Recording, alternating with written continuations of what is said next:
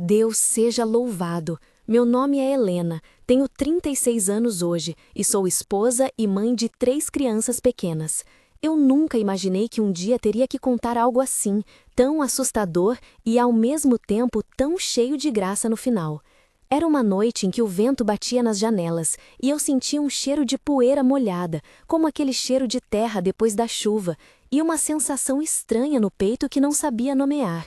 Eu cresci num lar de oração. Minha mãe Rosa sempre tinha uma Bíblia aberta na mesa da cozinha, e meu pai Manuel cantava hinos enquanto lavava a louça. Frequentávamos a igreja local. O pastor João foi quem me ensinou a orar em voz alta pela primeira vez. Eu nasci acreditando que o Senhor cuidava do lar, e carreguei esse ensinamento comigo como quem carrega um cobertor nos dias frios. Hoje eu quero abrir o meu coração e contar o que aconteceu quando descobri que o marido que eu amava tinha planos tão sombrios que iam contra tudo o que eu conhecia sobre fé e sacrifício. Eu sei que é uma história pesada, eu sei que vai apertar o seu peito como apertou o meu, e mesmo assim eu creio que há aprendizado, há restauração, e é isso que eu prometo mostrar até o fim. Fica comigo, por favor, porque eu preciso que alguém ouça, e talvez alguém que passe por algo parecido encontre consolo. Eu orava todas as noites pedindo proteção e luz, e foi a oração que me deu forças para olhar para a verdade. Desde pequena, eu guardo memórias sensoriais que parecem fios que ligam minha vida inteira. O cheiro de café coado da casa da minha mãe, o som das folhas secas raspando na janela do quarto, a textura áspera do banco de madeira da igreja onde eu me ajoelhava, o gosto do pão amanhecido nas manhãs de domingo, a visão do luar entrando pela fresta da cortina. Na adolescência, estudei magistério e depois trabalhei como professora num colégio municipal enquanto frequentava os cultos da noite. Quando me formei, passei noites em claro estudando doutrina e a teologia prática, mas sempre senti que nada me prepararia para o que viria. Aos 23 anos, conheci o Marcos numa festa da congregação. Ele era simpático, falava com brilho nos olhos sobre a obra missionária e sempre lembrava de trazer um versículo quando conversávamos. Havia algo na voz dele que me acalmava, um sotaque emocional que me fazia acreditar que o Senhor nos havia unido.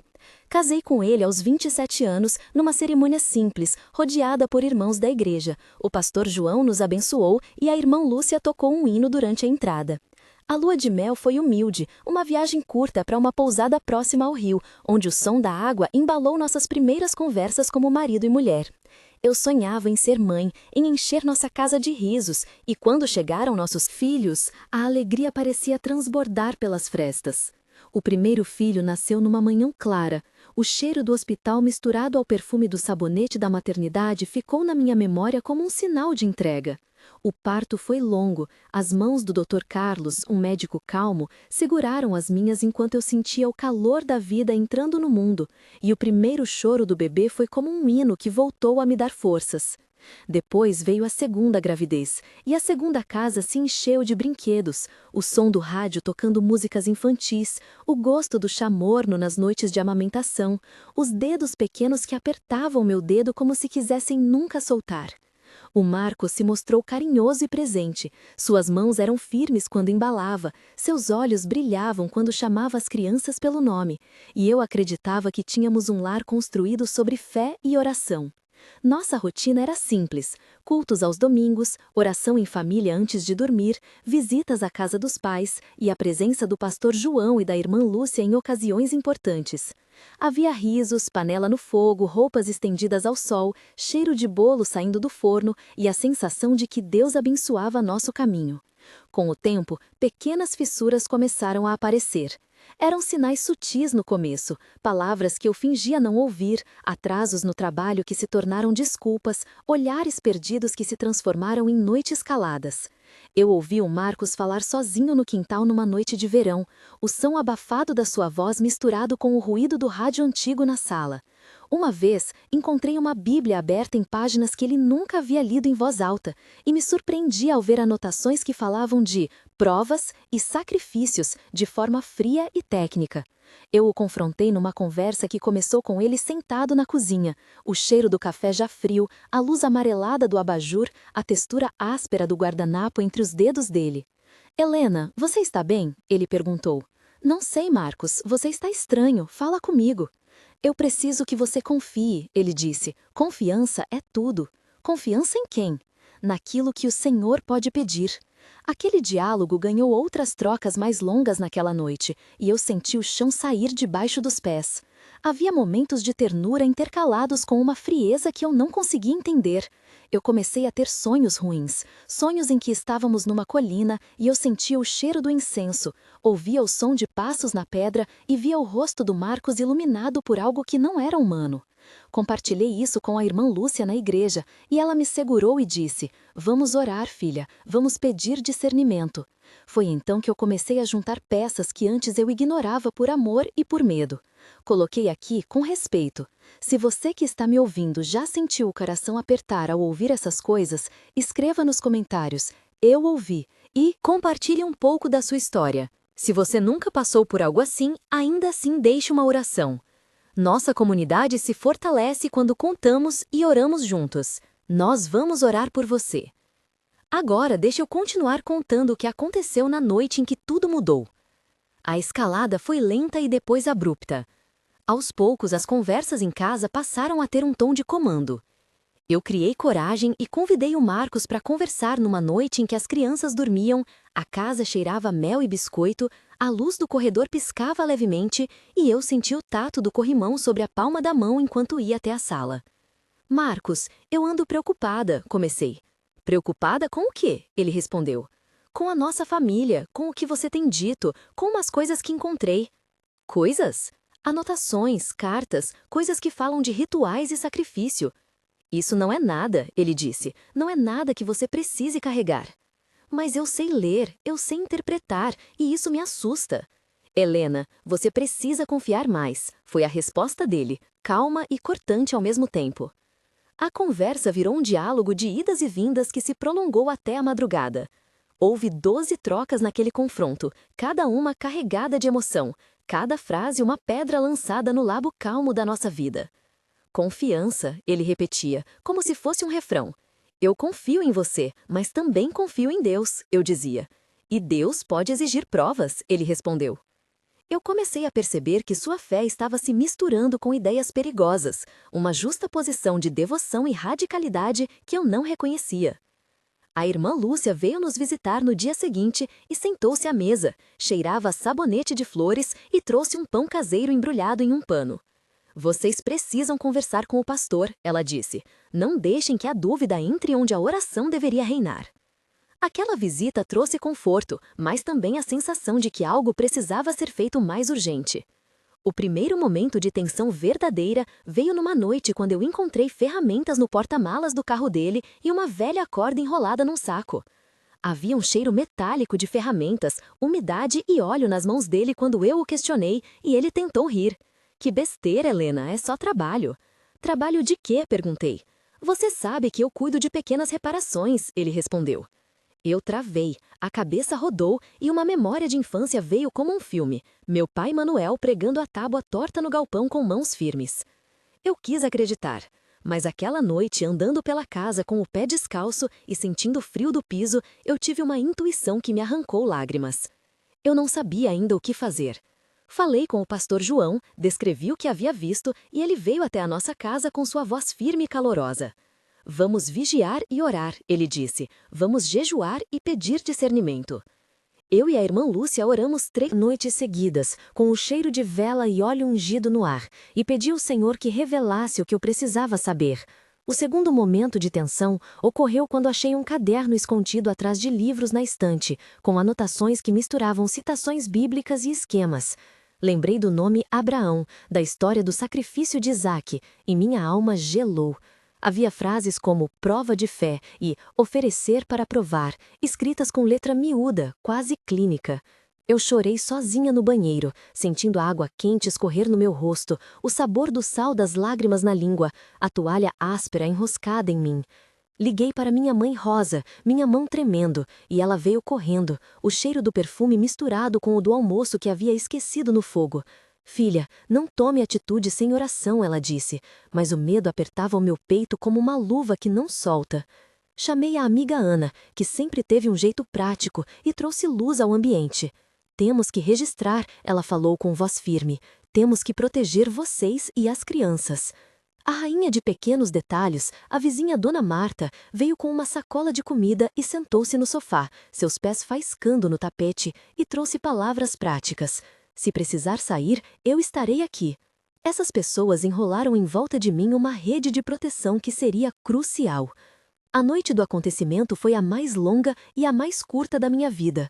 Eu acordei no meio da madrugada com o som de passos no corredor, a madeira rangendo, o ar frio batendo no rosto, e senti um cheiro forte de incenso que não era usual na nossa casa. Abri a porta do quarto e vi um Marcos com uma expressão que eu nunca vira, olhos brilhantes, as mãos segurando um embrulho coberto por um pano branco. O som do meu próprio coração parecia uma bateria martelando. "O que é isso?" eu perguntei com a voz presa. "Helena, é para provar que confiamos", ele respondeu. "Provar o quê?" "Provar que o Senhor pode nos pedir coisas difíceis." "Marcos, não assim, por favor, não com as crianças olhando. Eles dormem, é só entre nós." Houveram 14 trocas naquele corredor estreito, cada uma tentativa de arrancar dele qualquer vestígio de razão. Ele falou de sinais, de uma voz que requer sacrifício, de um chamado que veio em sonhos, e eu respondi com clamores pela vida, pela família, pela misericórdia. Eu repeti "pare" até ficar rouca. Meu corpo tremia, a textura do pano em sua mão parecia fria como pedra. Em dado momento, coloquei o corpo entre ele e o embrulho. Senti a pressão da sua mão quando tentou me afastar, o cheiro do suor e do medo se misturando. Gritei, chamei o pastor João, liguei para a polícia com a voz trêmula. Quando os policiais Ricardo e Paulo chegaram, o ar parecia pesado, cheiro de chuva e borracha do carro, e vi os olhares dos vizinhos na varanda, o murmúrio crescendo como um vento que anuncia tempestade. Eles levaram o Marcos, me pediram para respirar, me deram água, e eu senti a presença de Deus como uma mão invisível que segurava meu coração. O clímax foi seguido por procedimentos. Havia um boletim policial, um atendimento no hospital para avaliação psicológica, um laudo que mencionava ideação e risco e visitas constantes da irmã Lúcia e do pastor João. O processo foi técnico e frio em alguns momentos, com termos que pareciam capítulos de um relatório: risco iminente, preservação de prova, medidas protetivas. Ainda assim, no calor das orações, tive presença de paz que não veio do entendimento humano. As crianças foram acolhidas pela minha mãe Rosa e pela vizinha Dona Marta, que cantava hinos baixinho na cozinha enquanto faziam um mingau para os pequenos, e eu sentia o cheiro doce do mingau como consolo. Recebemos apoio da comunidade. A irmã Ana trouxe roupas. O pastor João organizou uma escala de visitas e de intercessão. O presidente da congregação, o irmão Marcelo, ligou para oferecer suporte legal e nos encaminhar a um advogado. Houve dias de silêncio pesado, noites de jejum e oração, e muitas lágrimas. Em visitas à delegacia, eu ouvi termos que magoavam, perguntas invasivas, e senti na pele o desgaste de ter de explicar a vulnerabilidade do meu lar para estranhos. Mas em cada visita, alguém da igreja estava lá para orar, e isso fez toda a diferença.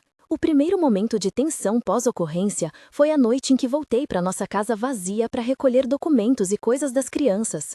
A casa cheirava a desinfetante, os brinquedos tinham o cheiro dos beijos deixados, as cortinas filtravam a luz como se o mundo tivesse sido reduzido a pequenas frestas de claridade. Sentei num canto e deixei as mãos tocarem a madeira do berço, senti as marcas dos dentes do meu filho mais velho, e minha mente saiu em imagens que me cortavam. Lembrei de todas as orações, de todas as promessas que fiz em voz baixa. Eu falei com Deus ali mesmo, com a voz que saía rouca: Senhor, dá-me força para perdoar e para proteger. E eu ouvi, não como voz audível, mas como um conforto que acalmou minha respiração. O segundo momento de tensão ocorreu durante o julgamento preliminar, quando tive que depor e ouvir depoimentos que torturavam meu tempo presente. A sala estava iluminada por lâmpadas brancas, o som do ar-condicionado fazia um zumbido e eu senti o tato gelado do banco sob as minhas costas. Cada pergunta era como uma lâmina, cada resposta me deixava mais exposta.